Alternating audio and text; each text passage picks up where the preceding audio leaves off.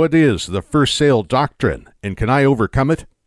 In this video series, we're talking about how trademark and patent protections can be used to ward off unauthorized sellers and counterfeiters operating online in marketplaces such as Amazon, Walmart.com, eBay, and Google Shopping.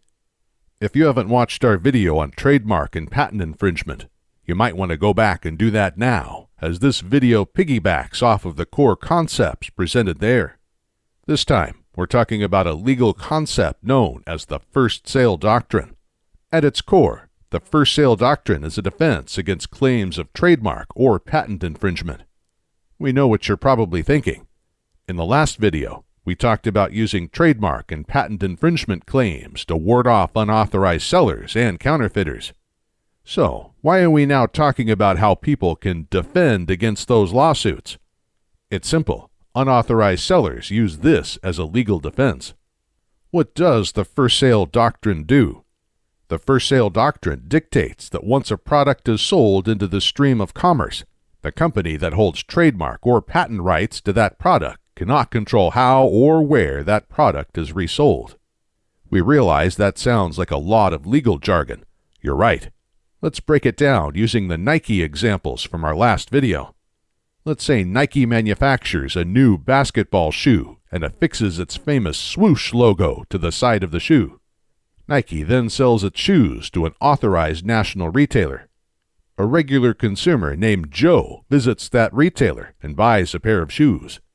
When Joe gets home, he realizes the shoes don't fit.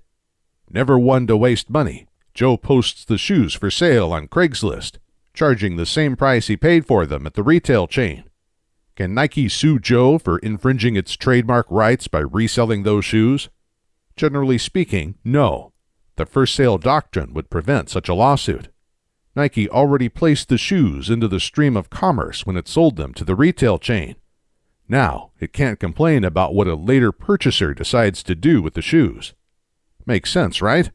So, how could companies ever overcome the first sale doctrine when it is invoked by unauthorized online sellers? The courts recognize that brands have the right to protect its products from being sold in a manner that is likely to confuse consumers. In legal terms, that means they cannot sell the product in a way that is materially different from the way the trademark owner intended to sell it.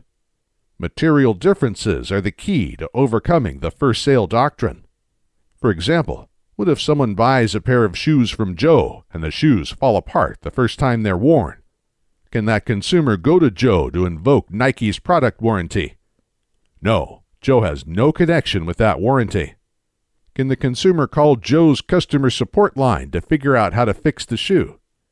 No, Joe has no training or connection with Nike that would allow for such support. Can the customer turn to Joe to invoke Nike's money-back guarantee? No, again, Joe is not connected to Nike in any business sense. Therefore, a consumer who buys from Joe may be very confused and disappointed with the Nike brand after buying what he thought were brand new shoes.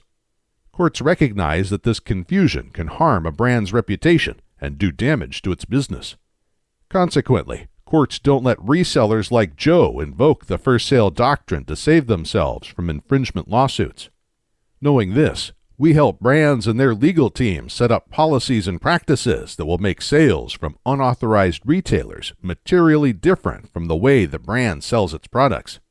Once we do that, we're well on our way to overcoming the first sale doctrine defense.